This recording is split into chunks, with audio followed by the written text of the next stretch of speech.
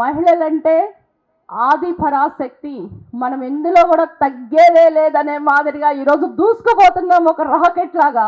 మరి ఇలా ఉండటానికి ముందు కారణం ఏంటంటే, మహిళలకి ఇదివరకు లింగ విచక్షణ అంటే పని ఉపాధిలో కానీ విద్యలో కానీ అన్నిట్లో కూడా, ఇందాక మేడం సుందర్ చెప్తున్నారు, ఎవరికైనా సపోజ్ మెడికల్ సీటు ఒక అమ్మాయికి వచ్చింది, వాళ్ళ అబ్బాయికి రాలేదు, కానీ ఆడపిల్లల్ని చదివించి ఎందుకు మళ్ళీ వాళ్ళకి కట్నం ఇవ్వాలి కదా. ఆడపిల్ల అంటే పుట్టగానే, నేను ఒక గైనకాలజిస్ట్, ఎప్పుడైతే డెలివరీ లోపలికి తీసుకెళ్తామో బయట అందరూ కూడా అటెండర్స్ వెయిట్ చేస్తూ ఉంటారు.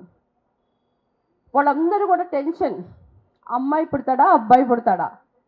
సో వాళ్ళందరూ కూడా స్కానింగ్ చేస్తున్న దగ్గర నుంచి జెండర్ ఏంటి, అబ్బాయా అబ్బాయా అమ్మాయా అని ముందే తెలుసుకోవాలి. ఎందుకంటే అమ్మాయి అయితే అబార్షన్ చేయించేసేయాలి, అబ్బాయి అయితే మనకు ఆదాయం తీసుకొస్తాడు. అది మన కాన్సెప్ట్. అంటే అందరూ ఇండియన్ అంటే నేను అందరిని కానీ చాలామందిలో విలేజెస్లో ఇప్పుడు కూడా ఉంది. అయితే బయటకు రాగానే ఒక ఇద్దరు అమ్మాయిలు పుట్టారు, మూడోది అబ్బాయిగా వాళ్ళు పరిగణించి ప్రెగ్నెన్సీ కంటిన్యూ చేస్తుంటారు.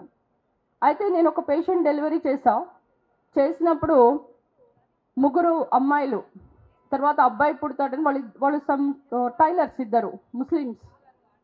అయితే నెక్స్ట్ కూడా అమ్మాయే పుట్టింది. నేను బేబీని తీసుకొచ్చి బయటకు వస్తే హస్బెండ్ అడ్రస్ లేడు, వదిలేసి వెళ్ళిపోయాడు. కానీ ఆమె కష్టపడి టైలరింగ్ చేస్తూ ఆ నలుగురు పిల్లల్ని మంచిగా చదివించి ఇప్పుడు వాళ్ళందరినీ కూడా డాక్టర్స్ని చేసింది.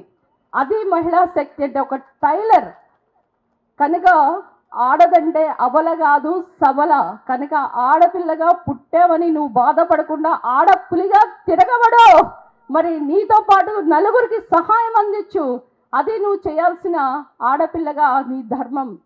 మగవాడి కష్టంలో చెస్లో క్వీన్ రాజుని ఎలా రక్షిస్తుందో, every man in his mess life women comes and he and she secure him as a queen. How the chess game is, the queen protects king.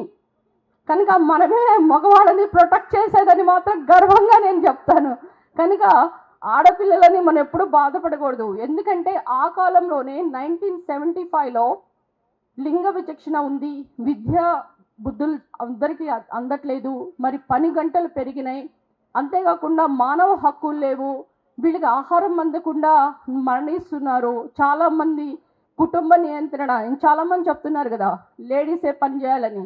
నేను గైనకాలజిస్ట్గా ముగ్గురో ఇద్దరు అమ్మాయిలు పుట్టినా లేకపోతే పిల్లలు కలిగినా ట్యూబెక్టమీ చేసుకోండి లేకపోతే వ్యాసెక్టమీ చేసుకోండి, ఇంక 2 సిజేరియన్స్ అయినాయి కదా అంటే, లేదు 6 నెలలైనా ఆమెకే ట్యూబెక్టమీ చేయించాల్సిందే, వాళ్ళు మాత్రం ఒక్క ఘాటు కూడా పడకూడదు.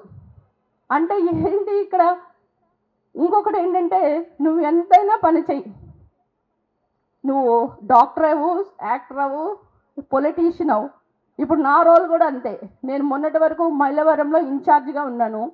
ఆలపాటి రాజా గారు ఎమ్మెల్సీ క్యాండిడేట్ ఉమ్మడి కృష్ణా అండ్ గుంటూరు జిల్లాకి. నేను అక్కడ పనిచేసి 70% పోలింగ్ చేసి ఇప్పుడు ఆయన 82,000 పైన మెజారిటీతో గెలవడం జరిగింది.